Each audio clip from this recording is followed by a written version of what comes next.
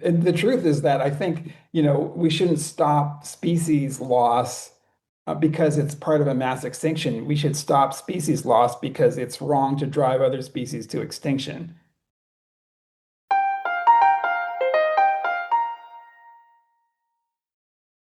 Welcome to the Case for Conservation podcast, where we make the case for conserving nature and its biodiversity by building a robust, credible argument, one that sometimes requires us to re-examine conventional wisdom. I'm your host, Andre Mada. Biodiversity loss is an ongoing challenge, but some of the language we use to describe it may be on shakier ground than we realize. Are we really living through a sixth mass extinction? What does that phrase technically imply? And how well is it supported by the data? And what about climate change? How many species-level extinctions can credibly be attributed to warming so far? And how do you attribute causes when multiple threats interact?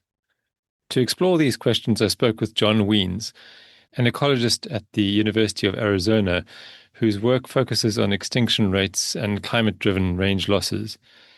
We discuss what the evidence suggests about acceleration, or lack thereof, in extinction in recent decades, why documented extinctions have become concentrated on islands and in freshwater systems, and how climate change is expected to reshape extinction risk through mechanisms like heat extremes, shifting range limits, and disease dynamics. The thread running through it all is credibility and ambition, how to communicate urgency without overclaiming, and why a stronger conservation goal is not avoiding a mass extinction, but preventing extinctions wherever we still can. I began by asking John the basic overarching question: are we or are we not in the midst of a sixth mass extinction?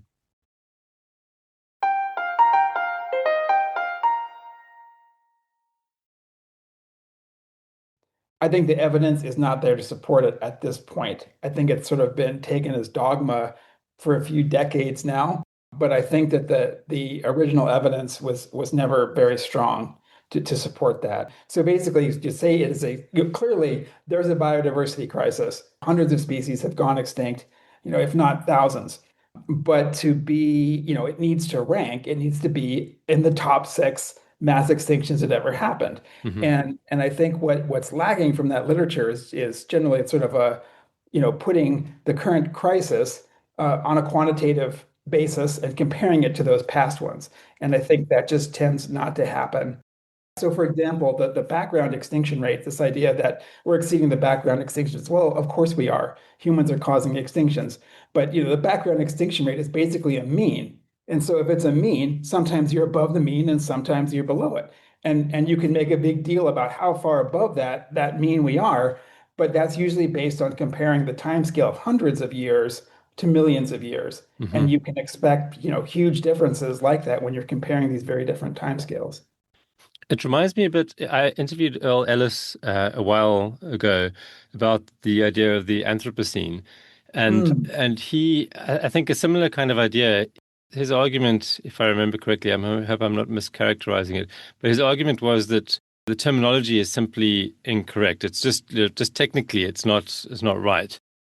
And so I guess that's the case here as well. But it sort of makes me wonder, at the technical level, I understand, but then just as a PR tool and a way of addressing as you use the word biodiversity crisis, right? The term biodiversity Yeah. crisis. I guess my question would be like, what's wrong with using the sixth extinction as a marketing tool, or is it Yeah, because no, of the clash with the technical? yeah. Well, so part of I think that there is a potential collision with the marketing and the technical side of it. So one thing is so what is our goal should our goal in conservation be? If you say it's to stop the sixth mass extinction, that's an incredibly weak goal, right? Hmm. Of the advocates for it have said, we're talking about 75% species loss in 3,000 years. I'd say, come on, can't we do better than that? Hmm. I mean, I really prefer these people who are saying, okay, we're, the zero extinction people, the people that are focused on, okay, let's find the next thing that's going to go extinct and stop it from going extinct. And Hmm. I think that needs to be the mindset and not this incredibly lazy and unambitious idea of stopping 75% species loss over hundreds or thousands of years. Right. I suppose that it works on, most people, they hear the word and it sort of has its desired effect. The problem is if someone wants to dig more deeply into it, and then they sort of, then there's a credibility problem, right? Because Oh, then, absolutely. then Yes. so Yeah. you look deeply into it and you see, oh, actually, that's not correct. So then you start wondering what else is not accurate. Yeah, I think it matters that it's not accurate. So questions, I mean, it's fundamental questions are, what percentage of species have gone extinct? And in Hmm. terms of documented ones, it's less than 1%. Hmm. And so arguing that we are in the midst of 75% species loss is like, it doesn't take much digging to see the problem, right? Yeah. Um, And I guess another thing is that, and I remember talking to Maria Donelas about this, is that we human beings tend to focus on vertebrates, right? And especially mammals and birds, but vertebrates, let's say, as a whole. Among vertebrates, the extinction rate is higher than among species in general. Is that correct or not necessarily? it's the highest is in tetrapods and in mollusks, and so those have been hit the hardest, it seems. Okay. And can you just for those who are not sure, can you just explain tetrapods and mollusks? What do those include? What do those groups So, include? so tetrapods is basically just land vertebrates. So when we think of amphibians, birds, mammals, and reptiles, which includes turtles, lizards, and snakes. Uh-huh. And so that would be all vertebrates except for fish, basically.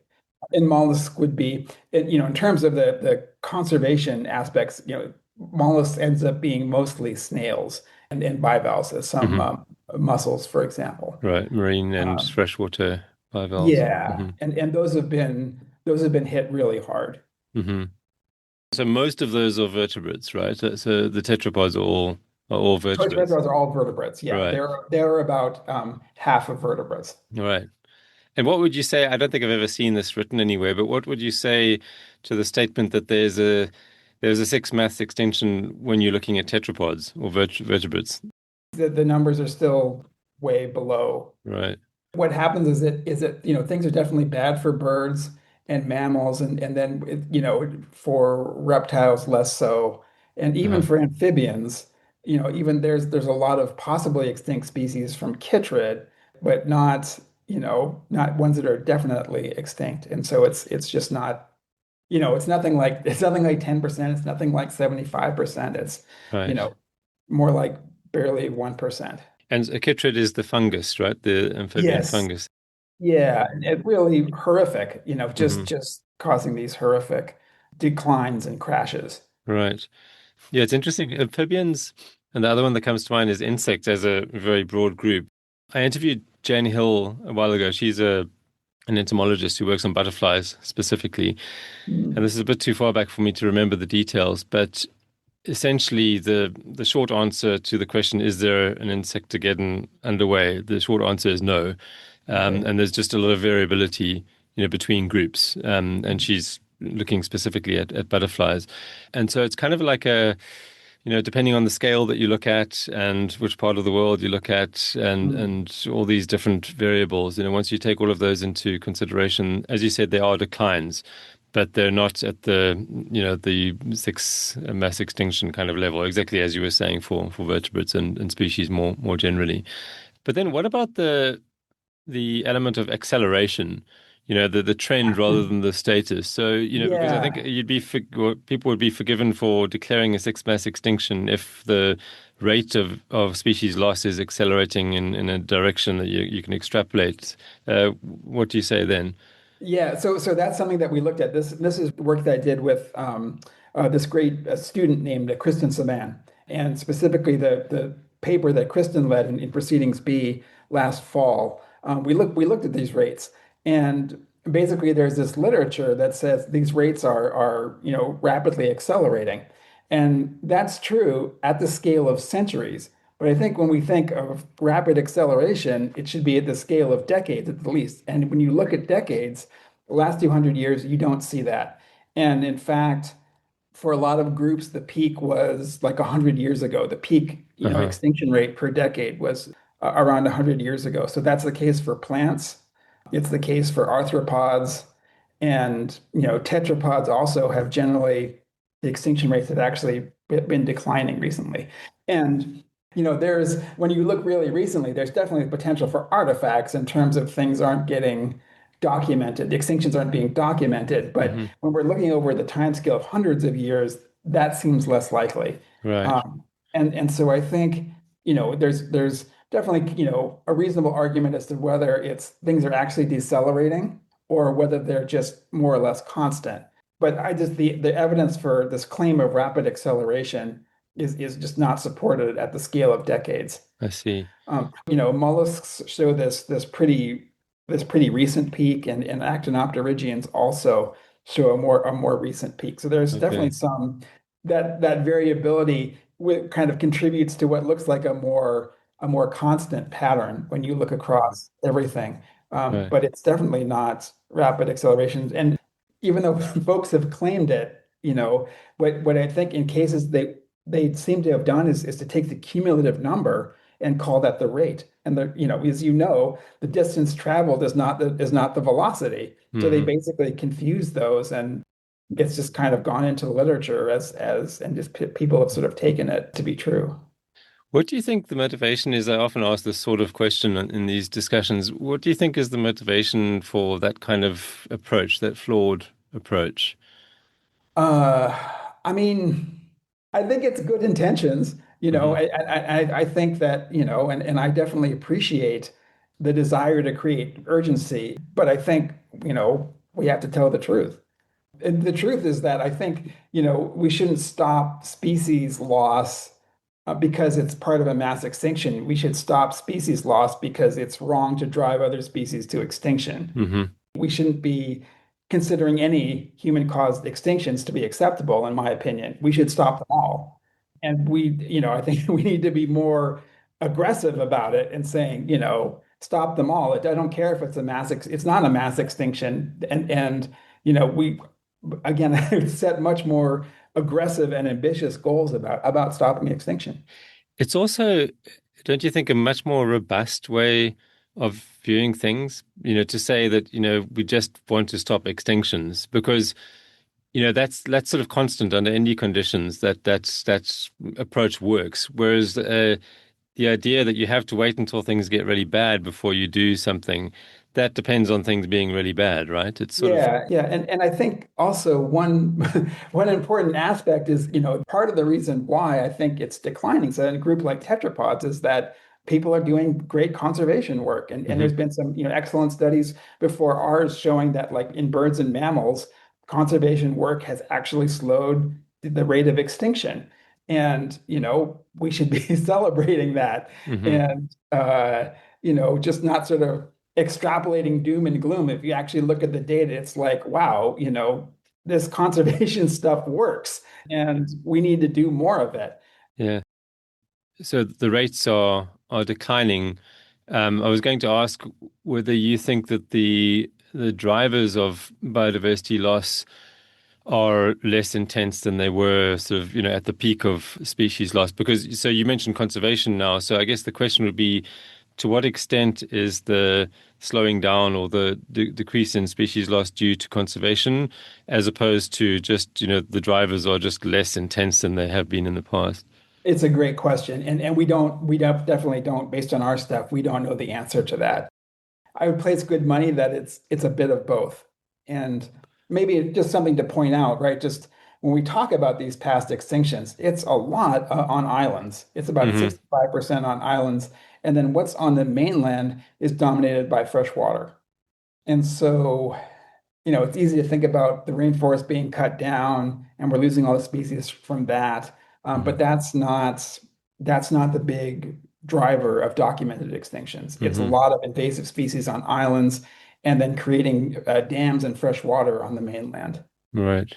So dam creation is the main reason for freshwater extinctions on land, on sort of land in general. I would think it's a big part of it, but it's definitely fresh water. It's Right. definitely on the mainland. Among extinctions that have happened in the last 500 years, it's a lot of fresh water, and some of these dams have been absolutely devastating. There's one in Alabama that was just catastrophic. Yeah. And that's because it just completely changes the entire structure of the of the system, right? And the flow Yeah, so I regimes and think, everything. sort of like you can imagine something that was in a small riffly stream and suddenly that's replaced by a lake, you know, Hmm.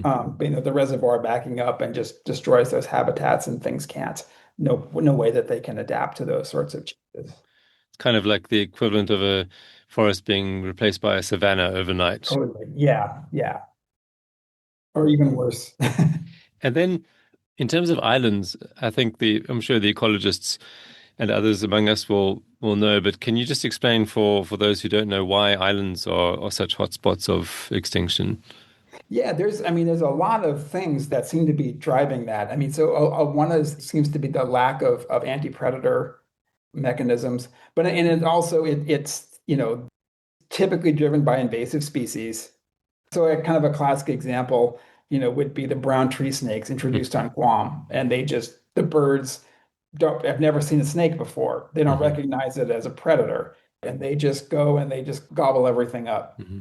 Um, And the birds don't learn, or have the birds learned at all to evade them, or they just continue sort of following their evolutionary hardwiring and continue being easy targets? Well, Is that the case? that's a great question. And I don't know enough about the details of the system to know that, but it's a great question. But I think that there are sort of mismatches like this that are very common. Yeah, And in the island species, they just tend to have tiny ranges and they're very vulnerable. right. And what about habitats? So you've spoken about geographical features, I suppose, or I suppose freshwater is a habitat as well. But what else can you say about how extinctions vary according to habitats?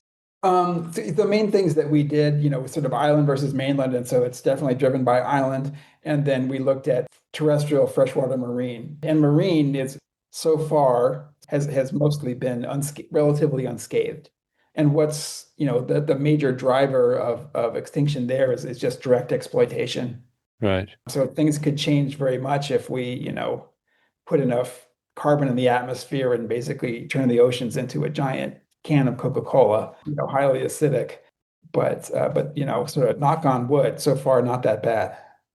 And in terms of drivers, I spoke about drivers in general a moment ago, but just wanted to sort of outline that there are, according to IPBES again and other sources, there are five main drivers of extinctions. So number one is habitat destruction or alteration, and then climate change, invasive species, pollution, and exploitation, as you were saying in the case of fisheries, right? Those are kind of the big five.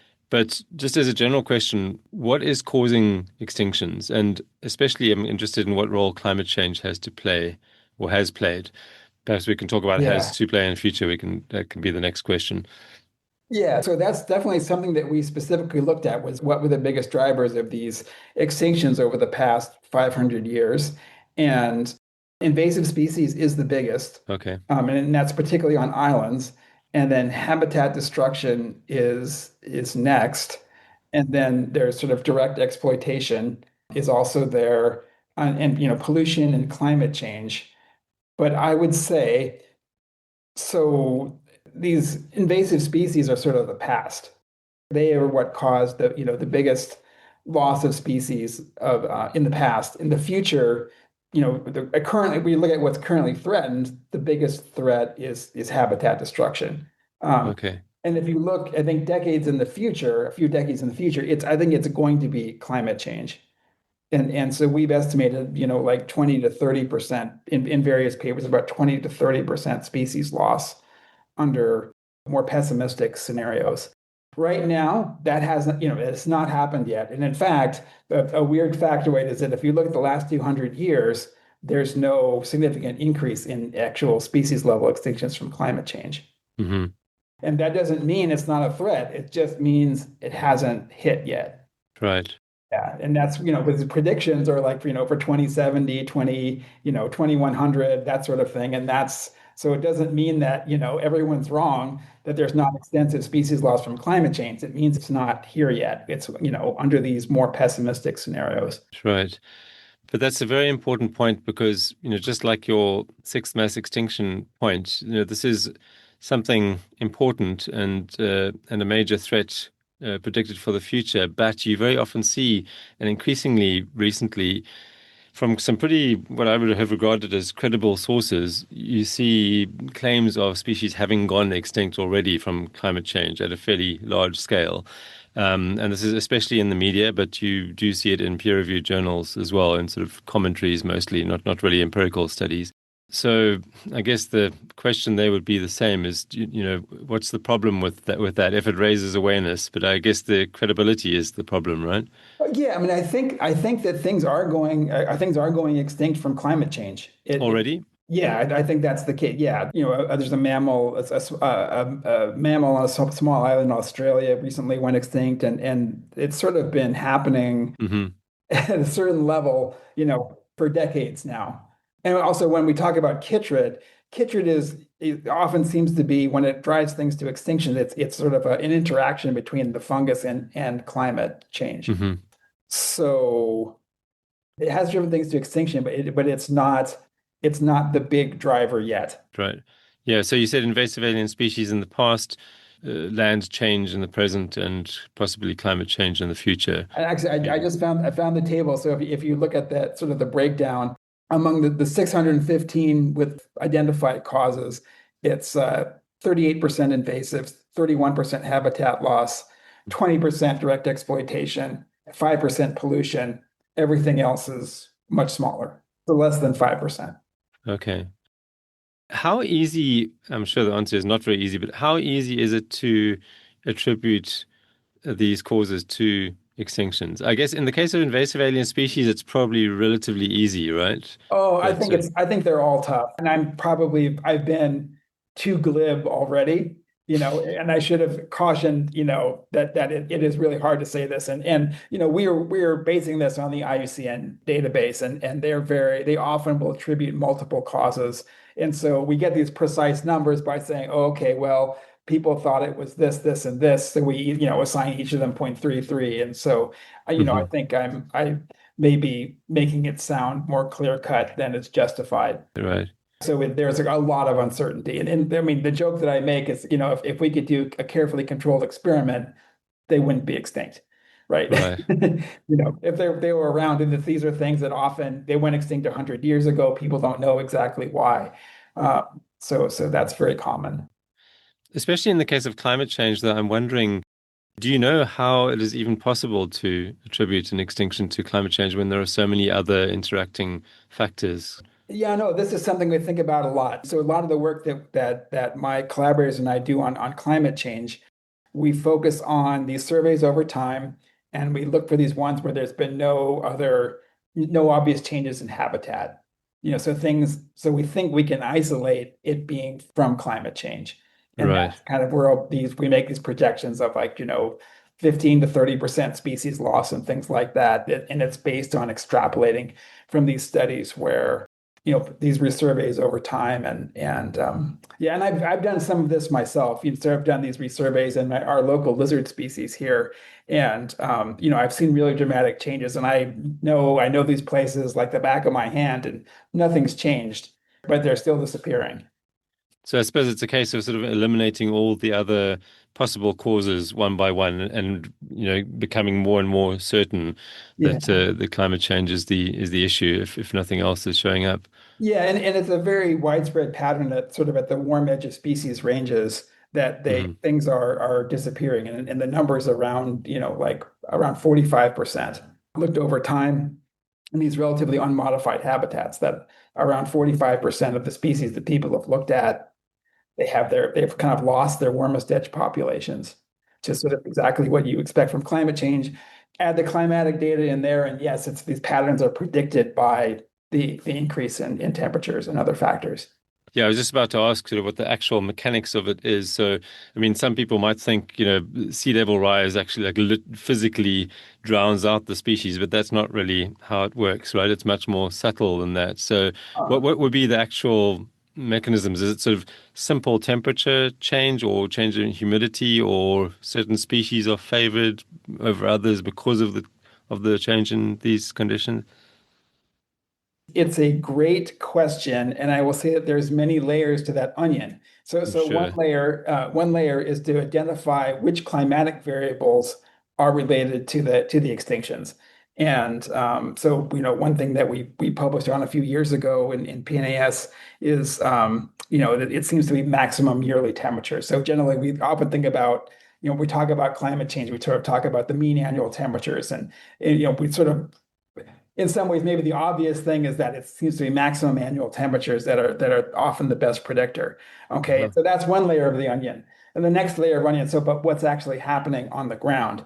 And we did a study on that a few years ago, just sort of a review, and it does seem to be species interactions more often, but still a lot of things uncertain. But species interactions, you think about, okay, so what are the worst hit organisms? And I think the two that really spring to mind are amphibians and coral. And amphibians, what's going on? It's the chytrid fungus. It's this interaction between climate change and the chytrid fungus. Mhm. And of course, the corals, it's them ejecting they get stressed, they heat stressed, and they eject, the cnidarians eject their zooxanthellae, and then they die.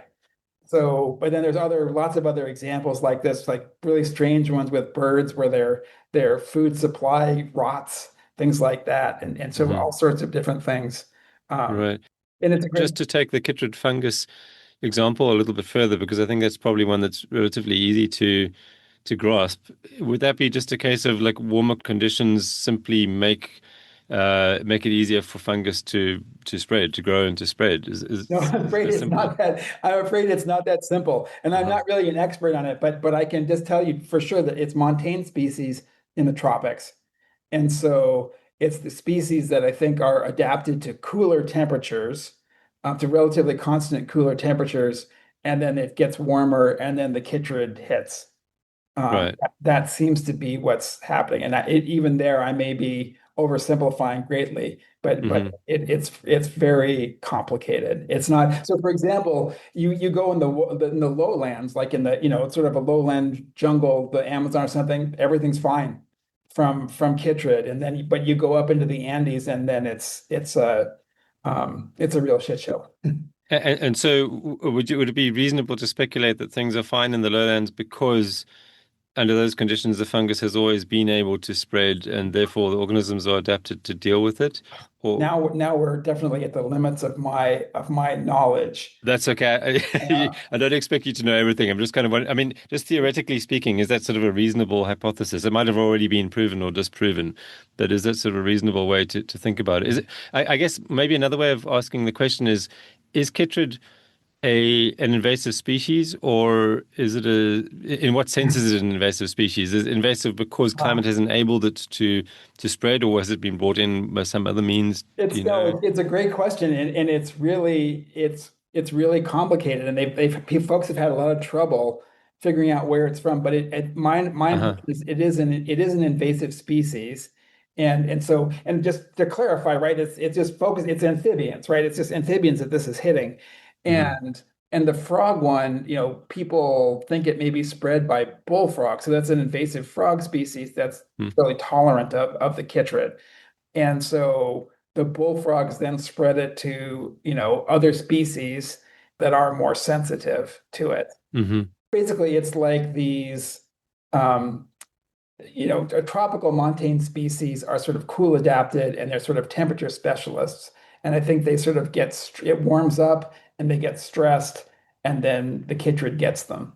Right. I do want to point out there's actually been some actually some of my favorite papers. My favorite paper just showing that, all these them it bouncing back. Some of the frogs are bouncing back from it, Mm. which is just Okay. fantastic. Uh, Yeah. Which suggests that there's just sort of a, how do you say, like a ceiling of resilience, right? Or sort of or maybe a floor of resilience. And that's been reached, before the population gets wiped out. That's reached, and then the population sort of able to continue and potentially actually resist future infestations of the fungus, right? yeah, there seems to be some evolution going on in some cases. Hmm. So it's really great because I remember in the early aughts and even the 90s and stuff, traveling around and looking for frogs in these montane tropical areas, and it was Hmm. horrible. Hmm. So it's really wonderful to hear that at least some of them are bouncing back somewhat. Yeah, that's fantastic news. But I just wanted to sort of push back a little bit, being devil's advocate at the climate change as the cause of extinctions idea. Hmm. And this is, not based on any empirical evidence, but just sort of logic kind of working here. So far, the increase in temperature has only been 1 or 2 degrees over the past 100 years or so, right? So, and that seems, and I know that's variable. It's, in some habitats that can be more or less, but not by a huge amount. So I'm just sort of wondering, what is the likelihood that is causing extinctions again versus all these other factors? You mentioned that bullfrogs might be carrying the fungus, for example. What's the chance of that being the cause as opposed to just something else that we haven't noticed yet? So the big part of it is that we do see these correlations between these local extinctions and climate change, Hmm. right? And so it's not just random. Um, so And I you said think, at the warmer edges of the ranges, you said as well, right? So there's sort of yeah, worldwide, there's sort of a pattern emerging there. absolutely, absolutely. And that's, yeah, so this is something I published on like 10 years ago now. And it was just a literature review, but just looking at these warm edges, over time. And it was about, I think, 47% out of 976 species. And that was all over the world, all these different groups of organisms, marine, freshwater, terrestrial. And then, a few years later, we go back and we look at that with the climate data added, and we can show that yes, it's related to specifically to climate change. Right. So there's a correlation essentially. Yeah. Yes, Yeah. yes. When these studies that we're using are ones where, we've already tossed out the ones where it seems like there's modified habitat or something like that. Hmm. Um, so I think it's real. I think that definitely the local extinctions from climate change are, I think it's very much real. And I suppose becoming more accurate over time, right? As more studies are done, you sort of eliminating all these other potential factors and arriving at a more accurate picture of things. Definitely. And I think that sort of 45% thing is actually holding up as thousands of more species are being added. My former postdoc, Gopal Murali, we have this data set of over 5,000 species, and it's very similar to the 976 species data set, in that it's, around 45, 50% Hmm. showing these warm edge local extinctions. And that's part of the thing also. It's like, well, it would be weird that there would be, sort of, it's this very broad pattern. Yeah. And with these 5,000 species also, we have the correlations with climate change also. Right. So I think that's very much real. Right. So I suppose just sort of a final devil's advocate comment would be, I suppose that you can say that there's, correlation is not causation, but the Yeah. correlation is becoming increasingly convincing over time. Is that reasonable? Yeah, I think so. Yeah. Right. And also the other, I just don't see any other plausible mechanism. So for example, it's terrestrial, it's freshwater, it's marine, it's all these different groups of organisms. It's correlated with the change in climate. And many of the patterns are sort of what you would expect from what we know about species niches and things like that. Right. Right. Yeah. When you write about this, climate caused extinction phenomenon and just extinctions in general, perhaps, do you often include recommendations to policymakers and others and sort of what to do about this? And if so, what do you say? Yeah, no, it's a great question. I definitely been asked this before. Recently, it's like, okay, so what, I'm a conservation person, and what are we supposed to do? And here's my three-word recommendation: it would stop climate change, Hmm. right? I mean, because it's sort of, like moving species A to a cooler place. It's not enough. I mean, it's a whole community. So it's really, it's the great question. It's kind of the question, but I don't think Yeah. there's a satisfying answer No for silver it. bullet. Yeah. Yeah, and I should also say that one thing that we found from this is that you sort of expect species just to move naturally and track their climatic niches, but they generally don't. They're Mm-hmm. supposed to sort of be moving up at their cool edges, right? Moving into higher elevations and stuff, and the majority of them just aren't moving at all. You know And it that makes that that doesn't surprise me. That idea of just allowing protected areas to stretch up slopes and up, altitudes and latitudes, basically, just has never really made sense to me. And that's partly because there are already other species there, right? So, but also, I mean, soil structure can be different. Vegetation, plants might not move at the same rate as animals, and so there's a completely different habitat there. Even if the temperature is, constant with what they were used to, there's so many other factors that change. So, Yeah, yeah, that never made a lot of sense to me. I don't know how prominent that idea still is in the literature. I think, I mean, maybe they will kind of catch up. Maybe it's just that extinction is happening more quickly than the dispersal is. I think we still should allow for it. It's just, I don't know, say somewhere between disappointing and alarming that things aren't moving like they should. Right. And the thing is, they're animals or they're plants. They don't know that hey, you need to go and move to a higher elevation. They don't know that. I mean, it's not how they work, right? Yeah. So it's not, yeah, like I say, it's not entirely surprising, but Yeah. And would a more sort of robust strategy maybe be just to ensure that other factors are not complicating the matter? So, for example, expand the quantity and quality of protected areas so that, for example, invasive alien species aren't making matters worse. That will help, right? Maybe that's the best thing we can do short of stopping climate change. yeah, I mean, maybe it's certainly beyond my knowledge or level of creativity. But I definitely think that, like, yeah, stopping every other threat. I mean, protecting the habitats, stopping the invasive species. It's like do everything we can, and these bad scenarios, the bad climate scenarios haven't happened yet, and maybe they won't. Maybe we'll sort of make the energy conversion and things like that. And Hmm.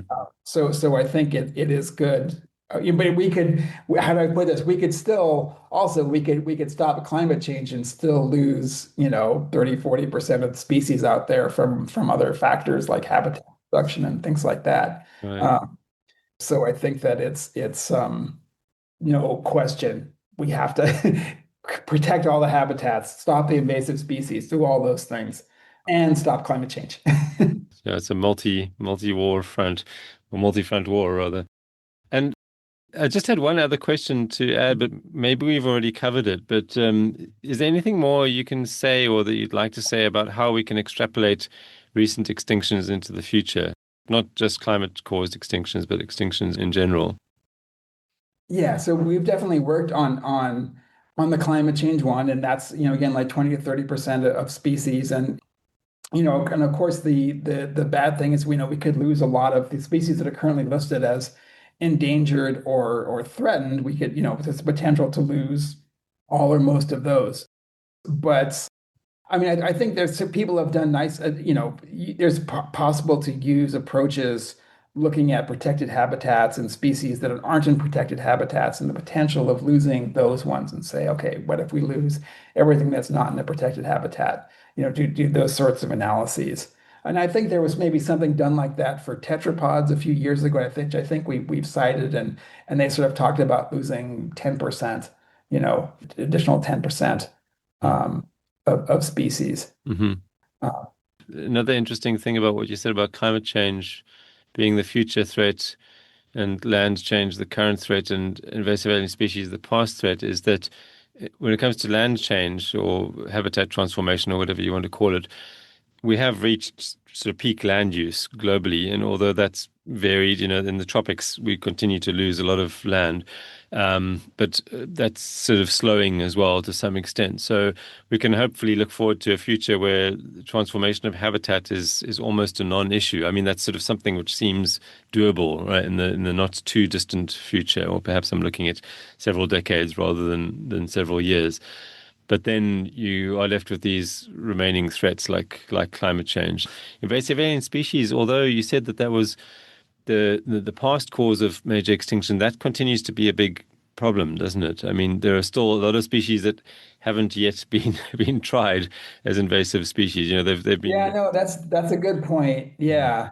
And also I would say in terms of habitat destruction, there's a great paper from David Tillman from many years mhm, ago, sort of talking about how things are changing and sort of like how Asia went through this lost a lot of this habitat, and now sort of people have, how do I put this, sort of kind of leveling up people in terms of getting people out of extreme poverty, Mm, and and sort of Africa hasn't gone through that yet, and Africa, sort of presumably will go through that and is likely to lose a lot of habitat in mm, the process. right. So it's kind of like the idea that these things are sort of maybe changing across the globe over time.